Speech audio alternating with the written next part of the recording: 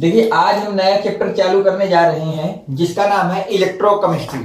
और इसमें जितना भी आपको कराया जाएगा, जो बोर्ड में 100% आना है, आना ही आना है, आप ये समझ के चलिए। तो इस चैप्टर में इलेक्ट्रोकेमिस्ट्री में केवल उतना ही कवर करेंगे जितना हमसे बोर्ड में पूछा जाएगा या इस साल हमारे बोर्ड में आना है। ठीक, तो उसके लिए कुछ चीजों से स्टार्टिंग करते हैं। देखिए, इलेक्ट्रोकेमिकल सेल किसकी बात करना है? सबसे पहले हमें बात करना होता है इलेक्ट्रोकेमिकल सेल की। तो इलेक्ट्रोकेमिकल सेल हमारे पास दो टाइप के होते हैं, एक होता है इलेक्ट्रोकेमिकल सेल और एक होता है इलेक्ट्रोलाइटिक सेल। इलेक्ट्रोकेमिकल सेल हमारे पास दो तरह के होते हैं, एक होता है इलेक्ट्रोकेमिकल सेल और दूसरा होता है इलेक्ट्रोलाइटिक सेल। तो अगर हम सेल की बात करें, सेल हमारे पास दो टाइप के होते हैं, एक होता है इलेक्ट्रोकेमिकल सेल और दूसरा होता है इलेक्ट्रोलाइटिक सेल। जो इलेक्ट्रोकेमिकल सेल होता है वो स्पॉन्टेनियस रिएक्शन देता है। स्पॉन्टेनियस रिएक्शन का मतलब होता है एक ऐसी रिएक्शन जिस रिएक्शन को कराने के लिए हमें इंटरनल स्रोत या एक्सटर्नल स्रोत से कोई भी वर्क ना करना पड़े, जो उस सेल के अंदर अपने आप होती रहती है, उस रिएक्शन को बोलते हैं स्पॉन्टेनियस रिएक्शन।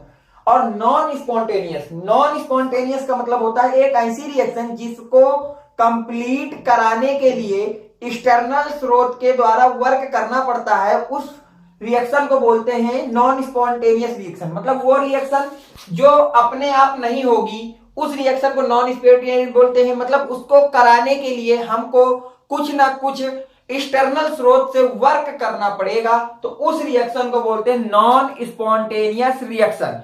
और एक ऐसी रिएक्शन जिसको कराने के लिए हमें कोई भी वर्क नहीं करना पड़ता, वो स्वयं ही हो जाती है, उस रिएक्शन को बोलते हैं स्पॉन्टेनियस रिएक्शन। ठीक है, तो देखिए, सेल हमारे पास टू टाइप्स के होते हैं, एक होता है इलेक्ट्रोकेमिकल सेल और दूसरा होता है इलेक्ट्रोलाइटिक सेल। तो इलेक्ट्रोकेमिकल सेल के अंदर जो रिएक्शन होती है वो स्पॉन्टेनियस रिएक्शन होती है। कैसी रिएक्शन होती है भैया? स्पॉन्टेनियस रिएक्शन होती है। मतलब इलेक्ट्रोकेमिकल सेल के अंदर रिएक्शन को कराने के लिए हमको एक्सटर्नल स्रोत से कोई भी वर्क नहीं करना पड़ता, और इस प्रोसेस में जो पावर होता है वो प्रोड्यूस होता है। मतलब सेल स्वयं हमको पावर एक्सटर्नल स्रोत को देता है। जो इलेक्ट्रोकेमिकल सेल होता है वो क्या करता है भैया? वो पावर देता है बाहर की तरफ। जैसे आप लोग वॉच में जो सेल पड़ता है, रिमोट में जो सेल पड़ता है, तो क्या होता है? सेल डालते हैं तो सेल आपको एनर्जी रिमोट को देता है, जिससे रिमोट काम करता है, तो वो आपका कहलाता है इलेक्ट्रोकेमिकल सेल। और उसमें क्या होता है? पावर को प्रोड्यूस करता है, पावर को देता है। जबकि इलेक्ट्रोलाइटिक सेल के अंदर नॉन स्पॉन्टेनियस रिएक्शन होती है। मतलब इसके अंदर जो रिएक्शन होगी वो अपने आप नहीं होगी, उसको कराने के लिए हमको एक्सटर्नल स्रोत से कुछ ना कुछ वर्क करना पड़ेगा। तो इसमें जो पावर होता है वो कंज्यूम्ड होता है। क्या होता है भैया? कंज्यूम्ड होता है। जैसे इन्वर्टर में क्या होता है? हम लोग बाहर से पावर देते हैं, इलेक्ट्रिसिटी को कनेक्शन करते हैं और इलेक्ट्रिसिटी उसमें क्या होती है? कंज्यूम्ड होती है। तो एक ऐसा सेल जो अपनी इलेक्ट्रिसिटी या पावर को कंज्यूम्ड करता है, उसको हम लोग इलेक्ट्रोलाइटिक सेल बोलते हैं। तो जो आपका इलेक्ट्रोकेमिकल सेल होता है और इलेक्ट्रोलाइटिक सेल होता है, इन दोनों केसों में इलेक्ट्रोलाइटिक सेल और इलेक्ट्रोकेमिकल सेल दोनों की रिएक्शन जो होती है वो कैसी होती है? इरिवर्सिबल रिएक्शन होती है। इरिवर्सिबल रिएक्शन का मतलब क्या होता है? केवल एक ही डायरेक्शन में होने वाली रिएक्शन होती है। पर रिएक्शन दो टाइप की होती है, एक होता है रिवर्सिबल रिएक्शन। रिवर्सिबल रिएक्शन जहां भी होती है वहां पे कोई भी नेट रिएक्शन नहीं होती, अतः ऐसे सेल नहीं बनाए जा सकते जिसके अंदर रिवर्सिबल रिएक्शन हो। ऐसा कोई सेल हमारा फॉर्म नहीं किया जा सकता। तो दो टाइप के सेल होते हैं, इलेक्ट्रोकेमिकल सेल और इलेक्ट्रोलाइटिक सेल। इन दोनों के अंदर जो रिएक्शन होती है वो हमारी इरिवर्सिबल रिएक्शन होती है, मतलब एक ही डायरेक्शन में जाती है। इलेक्ट्रोकेमिकल सेल की अंदर जो रिएक्शन होती है वो स्पॉन्टेनियस होती है और वो पावर को प्रोड्यूस करता है। जबकि इलेक्ट्रोलाइटिक सेल के अंदर जो रिएक्शन होती है वो नॉन स्पॉन्टेनियस रिएक्शन होती है और वो पावर को क्या करता है? कंज्यूम्ड करता है। इतना आपको पहला पता होना चाहिए। इसके बाद अगली चीजें क्या पता होनी चाहिए? देखिए, आप केमिस्ट्री में याद रखिए, कोई भी सेल हो, इलेक्ट्रोलाइटिक सेल हो या इलेक्ट्रोकेमिकल सेल हो, तो उसमें याद रखिएगा कैथोड, जो कैथोड होगा उस पे हमेशा रिडक्शन होता है। कैथोड में हमेशा रिडक्शन होना है और एनोड में हमेशा ऑक्सीडेशन होगा। एनोड में हमेशा ही ऑक्सीडेशन होगा और कैथोड में हमेशा रिडक्शन होगा। सेल हमारा कोई भी हो, इलेक्ट्रोलाइटिक हो या इलेक्ट्रोकेमिकल हो, हमें सेल से कोई मतलब नहीं है।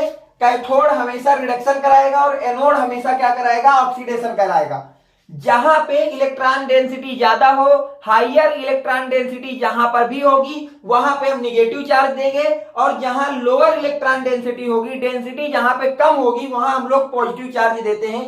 ये लाइन बिल्कुल याद होना चाहिए, ठीक है। कई बार टीचर अलग अलग लिखा देता है कि इलेक्ट्रोकेमिकल सेल में वहां रिडक्शन होता है, यहाँ ऑक्सीडेशन होता है, आपको कुछ नहीं याद रखना। कैथोड है वो चाहे इलेक्ट्रोकेमिकल को हो या इलेक्ट्रोलाइटिक को हो, कैथोड का मतलब रिडक्शन है, एनोड का मतलब ऑक्सीडेशन है। अब चार्ज कहां निगेटिव कहां पॉजिटिव देंगे, तो जहां इलेक्ट्रॉन की डेंसिटी हाइयर होगी वहां निगेटिव चार्ज दीजिए, जहां इलेक्ट्रॉन की डेंसिटी लोअर होगी वहां पॉजिटिव चार्ज दीजिए। तो इतने के विषय में आप देखिए ध्यान से। इसके बाद अब कुछ चीजें और आगे देखते हैं। अब आगे देखिए इलेक्ट्रोड। अब बात आ गई कि इलेक्ट्रोड किसे कहते हैं, क्या बात आ गई, इलेक्ट्रोड। तो इलेक्ट्रोड हमेशा मेटल का होता है, किसका होता है, मेटल का। और वो सरफेस जहां पे हमारा ऑक्सीडेशन और रिडक्शन, ऑक्सीडेशन और रिडक्शन, ऑक्सीडेशन हो या फिर रिडक्शन हो, उस सरफेस को हम लोग बोलते हैं इलेक्ट्रोड। तो डिफिनीशन क्या लिखेंगे, सरफेस एट विच ऑक्सीडेशन और रिडक्शन टेक्स प्लेस। वो प्लेस, वो जगह जहां पे ऑक्सीडेशन और रिडक्शन होता है, उस जगह को हम लोग बोलते हैं इलेक्ट्रोड। ठीक, अब हमको पढ़ना है इलेक्ट्रोकेमिकल सेल। बात आ गई कि इलेक्ट्रोकेमिकल सेल क्या होता है, तो the cell which convert chemical energy, which convert chemical energy into electrical energy, chemical energy into electrical energy is known as electrochemical cell. वो सेल जो केमिकल एनर्जी को इलेक्ट्रिकल एनर्जी में कन्वर्ट कर देता है, वो सेल जो केमिकल एनर्जी को इलेक्ट्रिकल एनर्जी में कन्वर्ट कर देता है, उस सेल को हम लोग बोलते हैं electrochemical cell. Electrochemical cell, electrochemical cell क्या होता है, वो सेल जो हमारे केमिकल एनर्जी को इलेक्ट्रिकल एनर्जी में कन्वर्ट करता है, ऐसे सेल को हम लोग क्या बोलते हैं, इलेक्ट्रोकेमिकल सेल बोलते हैं। It is based upon principal on redox reaction. ये जो हमारा सेल होता है वो रिडॉक्स रिएक्शन के प्रिंसिपल या रिडॉक्स रिएक्शन के लॉ पर बेस्ड होता है। ठीक है, तो इलेक्ट्रोकेमिकल सेल क्या होता है, the cell which convert chemical energy into electrical energy is known as electrochemical cell. वो सेल जो केमिकल एनर्जी को इलेक्ट्रिकल एनर्जी में कन्वर्ट कर देता है, उस सेल को हम लोग इलेक्ट्रोकेमिकल सेल कहते हैं। इसके बाद आ गया it is based on principal on redox reaction. ये रिडॉक्स रिएक्शन के प्रिंसिपल या रिडॉक्स रिएक्शन के रूल पर बेस्ड होता है। ठीक है, सब इंपॉर्टेंट पॉइंट। अब इस इलेक्ट्रोकेमिकल सेल के कुछ इंपॉर्टेंट पॉइंट याद रखना है। आपको मैंने सबसे पहले जो पढ़ाया उसमें बताया था कि इलेक्ट्रोकेमिकल सेल एक स्पॉन्टेनियस रिएक्शन होती है, स्पॉन्टेनियस रिएक्शन होती है और पावर को प्रोड्यूस करती है। पावर को प्रोड्यूस करती है मतलब दूसरे को पावर देती है। तो अगर वो पावर देती है और उसके अंदर एक केमिकल रिएक्शन होगी, तो during the chemical process the reduction in free energy, तो वहां से आपकी फ्री एनर्जी ऑब्टेन्ड होती, बिल ऑब्टेन्ड। जब हमारी केमिकल रिएक्शन होती है इलेक्ट्रोकेमिकल सेल के अंदर, तो वहां से free energy will obtained as result in the form of electrical energy. तो जो हमारी एनर्जी रिलीज होती है उसी को हम फॉर्म ऑफ इलेक्ट्रिकल एनर्जी में देखते हैं और उसको हम लोग बोल देते हैं इलेक्ट्रिकल एनर्जी। तो इलेक्ट्रोकेमिकल सेल के अंदर क्या होती है, हमारे रिएक्शन होती है, रिएक्शन से एनर्जी रिलीज होती है और उस रिलीज एनर्जी को हम लोग रिजल्ट के रूप में कैसे लेते हैं, इलेक्ट्रिकल एनर्जी के रूप में उसको ले लेते हैं। ठीक, electrochemical cell is a spontaneous cell. Electrochemical cell जो होता है वो स्पॉन्टेनियस सेल होता है। स्पॉन्टेनियस सेल का मतलब होता है फ्री गिव्स एनर्जी जिसकी निगेटिव हो, ईएमएफ ऑफ सेल या नेट सेल रिएक्शन जिसकी पॉजिटिव हो। तो याद रखना ये होता है del G of cell. Del G, G का मतलब होता है गिव्स फ्री एनर्जी। जो जी का साइन होता है उसका मतलब होता है गिव्स फ्री एनर्जी। जी के साइन का मतलब है गिव्स फ्री एनर्जी। डेल लगा है, डेल का मतलब होता है चेंज। डेल का क्या मतलब होता है भैया, चेंज। तो चेंज ऑफ नॉट, अगर नॉट लग गया मतलब स्टैंडर्ड की बात कर रहा है। तो अगर यार नॉट लगा मतलब स्टैंडर्ड चेंज ऑफ गिव्स free energy of cell negative आएगा। ये क्या होगा, चेंज ऑफ गिव्स फ्री एनर्जी इन सेल। ये केवल चेंज है गिव्स फ्री एनर्जी का, और ये क्या है, स्टैंडर्ड चेंज है। कैसा है भैया, स्टैंडर्ड चेंज ऑफ गिव्स फ्री एनर्जी। दोनों के साइन निगेटिव आते हैं। E naught cell, standard E cell आता है जो पॉजिटिव, और ई सेल भी कैसा आता है, पॉजिटिव आता है। जैसे देखा जाए रिएक्टिविटी, किसकी बात की जाए, रिएक्टिविटी के, तो वी नो दैट कि जो रिएक्टिविटी होती है वो जिंक की ज्यादा होती है, किससे भैया, कॉपर से। कॉपर से जल्दी रिएक्शन करना कौन चाहता है, जिंक। जिंक चाहता है अगर कॉपर और जिंक को दोनों को रख दिया जाए और पूछा जाए कि जल्दी रिएक्शन में पार्टिसिपेट कौन करेगा, तो आपका जिंक जो है जल्दी रिएक्शन में पार्टिसिपेट करता है। आपने जिंक का सॉलिड एक रॉड लिया, उसको कॉपर सल्फेट के एक्वस सॉल्यूशन में डाल दिया, तो वो जिंक का रॉड क्या करता है, इस कॉपर को हटा देता है, कॉपर को सॉलिड के रूप में कॉपर की रॉड बना देता है और स्वयं उस सॉल्यूशन से जुड़ जाता है और स्वयं बना देता है जिंक सल्फेट का एक्वस सॉल्यूशन। तो ये रिएक्टिविटी किसकी ज्यादा है, जिंक की। जिसकी रिएक्टिविटी ज्यादा है वो आयन बनाना चाहता है। तो यहाँ तो कॉपर कैसे, जिंक कैसा है, सॉलिड है, पर जिंक जिस दिन कॉपर सल्फेट को देखेगा तो कॉपर को वहां से रिप्लेस कर देगा सॉलिड में और स्वयं जाके उससे जुड़ जाएगा। तो यहाँ से क्या बन जाएगा, जिंक सल्फेट और ये हमारी एक स्पॉन्टेनियस रिएक्शन होती है। मतलब इस रिएक्शन को कराने के लिए कोई भी एक्सटर्नल स्रोत से वर्क नहीं करना पड़ता। आप कॉपर सल्फेट का सॉल्यूशन लीजिए, उसमें जिंक की रॉड डाल दीजिए, उसमें क्या होगा, जिंक उसमें पूरी तरह से जिंक की रॉड पूरी तरह से घुल जाएगी और एक कॉपर की रॉड उसमें बनके निकल आएगी। तो ये हमारा क्या हो गया, रिएक्टिविटी आप होगी। अब हम देखते हैं इसका डायग्राम। ठीक, अब देखिए ये हमारे पास इलेक्ट्रोकेमिकल सेल का डायग्राम है। ये किसका डायग्राम भैया, इलेक्ट्रोकेमिकल सेल का डायग्राम है।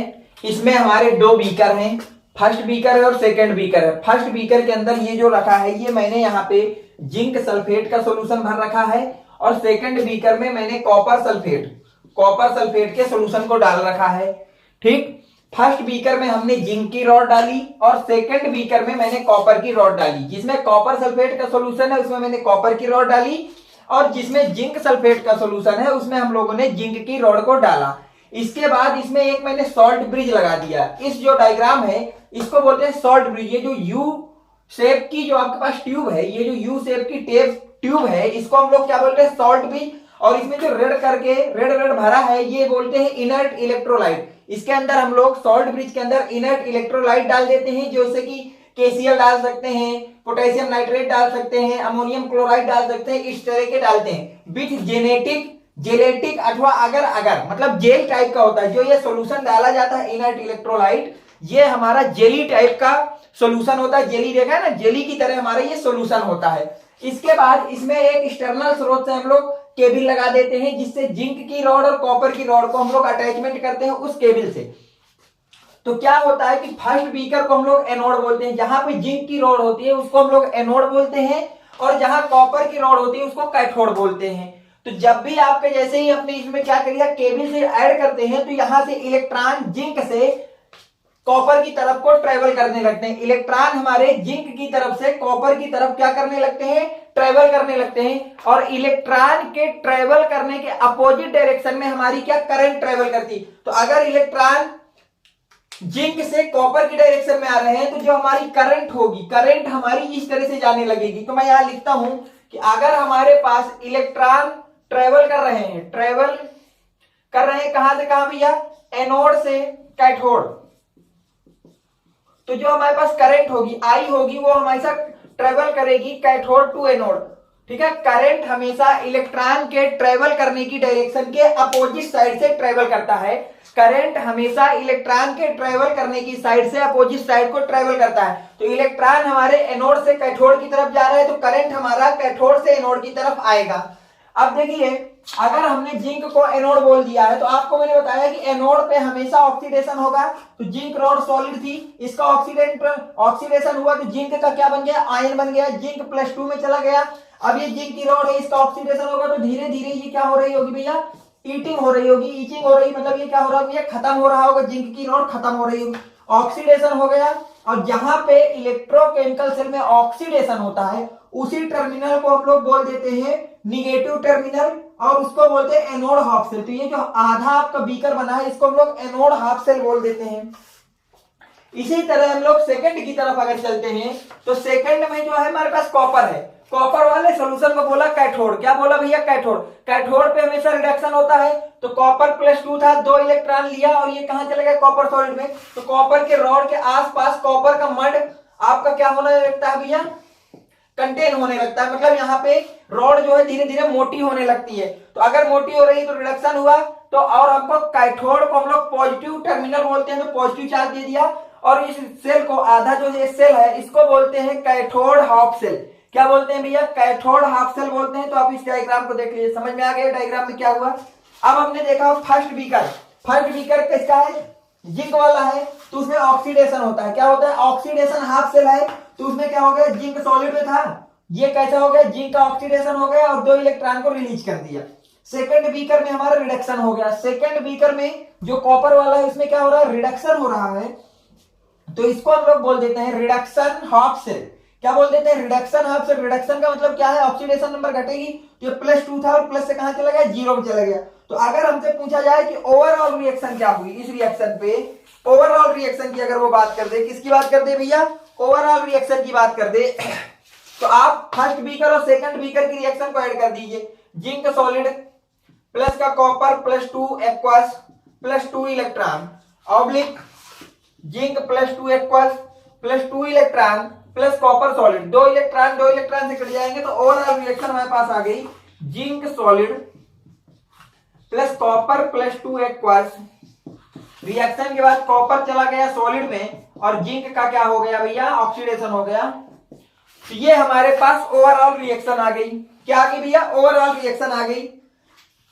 अब देखिए इसके आगे क्या है कि the 2 half cell are set up in the different container. 2 half cell होते हैं जो कि डिफरेंट कंटेनर में होते हैं। ये फर्स्ट कंटेनर है, सेकंड कंटेनर है। तो एक में आपका एनोड हाफ सेल और दूसरे में क्या है? कैथोड हाफ सेल है। तो 2 डिफरेंट आपके क्या होते हैं? कंटेनर होते हैं, being connected through the salt bridge porous portion, और जो कि एक दूसरे से जुड़े होते हैं बाई ब्रिज सॉल्ट के द्वारा। किसके द्वारा? सॉल्ट ब्रिज के द्वारा क्या होते हैं? जुड़े होते हैं। ठीक है, अगली हेडिंग कर लेते हैं सॉल्ट ब्रिज। अब हम लोग सॉल्ट ब्रिज के विषय में देखेंगे, सॉल्ट ब्रिज कैसा होना चाहिए, क्या कैसे प्रॉपर्टी होती है। तो आपके डेनियल से समझ में आ गया, ये इलेक्ट्रोकेमिकल सेल का पूरा डायग्राम है। अगली चीज जो हमको पढ़ना है वो है सॉल्ट ब्रिज। क्या भैया? सॉल्ट ब्रिज की प्रॉपर्टी की, सॉल्ट ब्रिज का सिलेक्शन कैसे करेंगे या सॉल्ट ब्रिज कैसा होना चाहिए। तो पहली चीज देखिए, salt bridge very most important कर लेना। ठीक है, सॉल्ट ब्रिज जो होता है यू शेप्ड की ट्यूब होती है containing salt like potassium nitrate, potassium chloride, sodium nitrate, ammonium chloride, ammonium nitrate, etc type के कंपाउंड इसमें भरे जाते हैं, जो कि कैसे होते हैं? विच इज प्रेजेंट विद अगर मतलब जेली टाइप के सॉल्यूशन डाले जाते हैं। तो सॉल्ट ब्रिज में पहला पॉइंट आपको याद रखना है कि ये यू शेप्ड की होती है। कैसा होती है भैया? यू शेप्ड की होती है, यू शेप की होती है, और इसमें जेली टाइप के सॉलिड भरे जाते हैं, जैसे potassium nitrate, sodium nitrate, ammonium nitrate, ammonium chloride, potassium chloride, इस तरह के सोल्यूशन इसमें भरते हैं। ठीक है, विच कंटेन अगर इट इज जेली या सेमी सॉलिड टाइप सोल्यूशन। जो सोल्यूशन हमारा सॉल्ट ब्रिज के अंदर भरा होता है वो हमारा जेली टाइप का होता है या सेमी सॉलिड की तरह होता है। सॉल्ट ब्रिज का वर्क क्या होता है ये आपको पता होगा। Salt bridge maintain electrical neutrality in both beaker by flow of ion. तो याद होगी सॉल्ट ब्रिज में के द्वारा आयन का फ्लो होता है। किसका फ्लो होता है भैया? आयन का फ्लो होता है। और सॉल्ट ब्रिज जो आपके 2 बीकर थे उन दोनों बीकर को न्यूट्रल बनाए रखता है। दोनों बीकर में किसी भी तरह का चार्ज क्रिएट ना हो, तो उसके लिए हम यूज करते हैं सॉल्ट ब्रिज। और सॉल्ट ब्रिज का वर्क होता है कि उन दोनों बीकर को न्यूट्रल बनाकर रखना है। तो ये सॉल्ट ब्रिज का वर्क है। अब सॉल्ट ब्रिज का सिलेक्शन कैसे करते हैं ये भी देखिए। सॉल्ट ब्रिज का सिलेक्शन करते समय जितना उसका पॉजिटिव पोटेंशियल हो उतना ही उसका निगेटिव पोटेंशियल हो। सॉल्ट ब्रिज की पहली प्रॉपर्टी ये होना चाहिए कि जितना उसके पास पॉजिटिव पोटेंशियल हो उतना ही उसके पास निगेटिव पोटेंशियल होना चाहिए। जितना वो पॉजिटिव चार्ज का ट्रांसफर कर रहा हो उतना ही ट्रांसपार्ट कितना हो निगेटिव का कर रहा हो। मतलब ट्रांसफॉर्मेशन जितना पॉजिटिव होना चाहिए उतना ही ट्रांसफॉर्मेशन निगेटिव होना चाहिए। आयनिक मोबिलिटी जितनी पॉजिटिव होनी चाहिए उतनी ही आयनिक मोबिलिटी किसकी होनी चाहिए? निगेटिव पार्ट की होनी चाहिए। तो सॉल्ट ब्रिज आपको एक ऐसा सॉल्ट ब्रिज लेना है जिसका पॉजिटिव पोटेंशियल जितना हो उतना ही उसका निगेटिव पोटेंशियल हो। उसकी जितना वो पॉजिटिव चार्ज को ट्रांसफर कर रहा हो उतना ही वो निगेटिव चार्ज को ट्रांसफर करना चाहिए। जितनी उसकी आयनिक मोबिलिटी पॉजिटिव चार्ज के लिए हो उतनी ही आयनिक मोबिलिटी उसकी निगेटिव चार्ज के लिए होनी चाहिए। ठीक है, it complete the internal circuit by the flow of ion. और सॉल्ट ब्रिज जो दो बीकर है उनके द्वारा एक इंटरनल सर्किट को कंप्लीट करता है और सॉल्ट ब्रिज से आयन का फ्लो होता है। It salt bridge is remove, अगर हम उन दोनों सेल के बीच का हम लोग सॉल्ट ब्रिज को रिमूव कर दें, निकाल लें, तो उसका जो सेल रिएक्शन होगी वो जीरो आ जाएगा। जो सेल का प्रोड्यूसन होगा ई नॉट सेल जो होगा, स्टैंडर्ड सेल रिडक्शन जो होगा वो जीरो आ जाएगा, क्योंकि जो हमारे पास in salt bridge stop the formation of liquid junction potential. Salt bridge को लगाने से क्या होता है कि उसमें किसी भी तरह का बीकर के अंदर चार्ज क्रिएट नहीं होता, मतलब वो लिक्विड जंक्शन पोटेंशियल को क्रिएट नहीं होने देता, क्योंकि जो ई नॉट सेल होता है उसका फार्मूला होता है E naught oxidation standard EMF of reduction plus E naught liquid junction potential. पर अगर आपने सॉल्ट ब्रिज लगा दिया तो सॉल्ट ब्रिज कभी भी उसके अंदर लिक्विड जंक्शन पोटेंशियल को बनने नहीं देगा, कभी भी उसके अंदर लिक्विड जंक्शन पोटेंशियल को बनने नहीं देगा। इसका मतलब in presence of salt bridge, अगर सॉल्ट ब्रिज प्रेजेंट है तो ये वाला पार्ट जीरो हो जाएगा और ई नॉट सेल आ जाएगा, E naught oxidation plus E naught reduction. ठीक है, वेरी वेरी मोस्ट पहला फार्मूला कि सॉल्ट ब्रिज की प्रेजेंस में आपका जो फार्मूला होता है ई नॉट सेल का वो होता है E naught oxidation plus E naught reduction.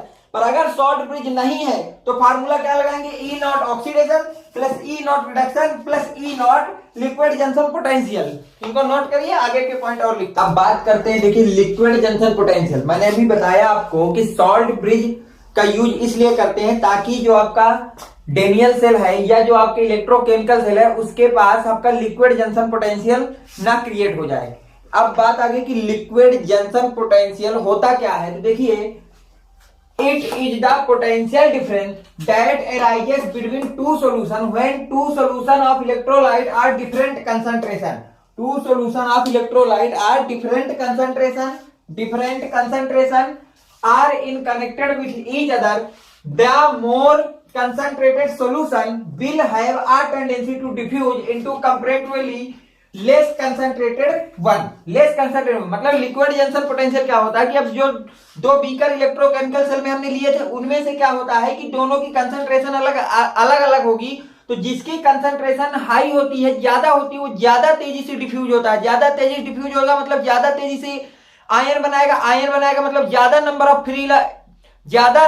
Free electron होंगे। अब दूसरा क्या होगा, वो कम टूटेगा आयन में, जिसकी कंसंट्रेशन कम होगी वो क्या है, आयन में कम ब्रेक होगा, आयन में कम ब्रेक होगा, इसका मतलब उसके पास नंबर ऑफ फ्री इलेक्ट्रॉन भी कम होंगे। तो इससे क्या होता है, दोनों सोल्यूशन बीकरों के पास आपका डिफरेंस आ जाता है नंबर ऑफ फ्री इलेक्ट्रॉन में। किसके कारण डिफरेंस आ जाता है, नंबर ऑफ फ्री इलेक्ट्रॉन का डिफरेंस आ जाता है, और जो करंट फ्लो हो रही होती है उस बीकर में, उन बीकर की करंट का फ्लो आपका क्या हो जाता है, स्टॉप हो जाता है।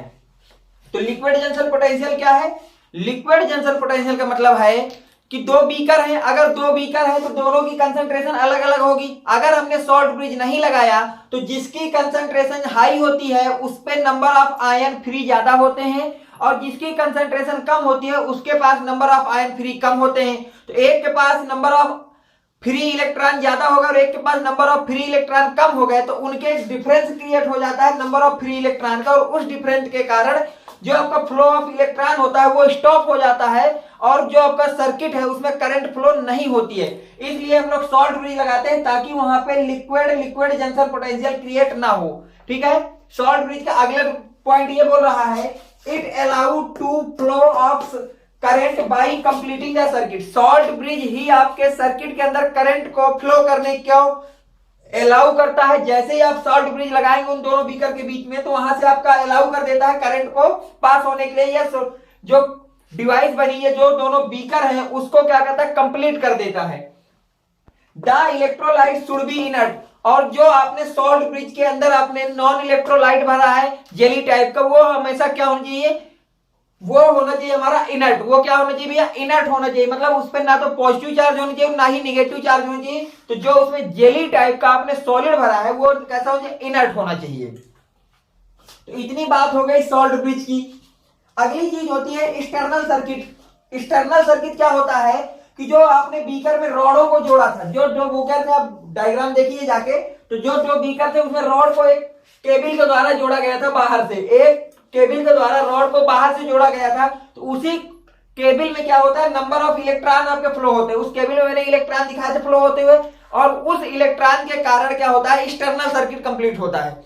तो आपसे पूछा जाए कि जो इलेक्ट्रोकेमिकल सेल है उसमें इंटरनल सर्किट किसके द्वारा कंप्लीट होता है, तो आपको बताना है by salt bridge. External circuit complete होता है सॉल्ट ब्रिज के कारण, और जो एक्सटर्नल सर्किट होता है वो कंप्लीट होता है by the flow of electron. Internal circuit complete होता है सॉल्ट ब्रिज के कारण, इंटरनल सर्किट कंप्लीट होता है सॉल्ट ब्रिज के कारण by the flow of ion, वहां पे फ्लो होता है आयन। और एक्सटर्नल सर्किट कंप्लीट होता है by the flow of electron, electron के फ्लो से एक्सटर्नल आपका कंप्लीट होगा, और आयन के फ्लो से आपका क्या कंप्लीट होता है, इंटरनल सर्किट कंप्लीट होता है। इसके बाद देखिए जैसे लिखा जिंक +2 और जिंक से जिंक +2 में जा रहा है, कॉपर +2 से कॉपर में जा रहा है, और कॉपर से कॉपर +2 में जा रहा है। तो ये जो दो के पेयर लिखे हैं इनको हम लोग बोलते हैं कपल। क्या बोलते हैं भैया, कपल बोलते हैं। There are known as couple.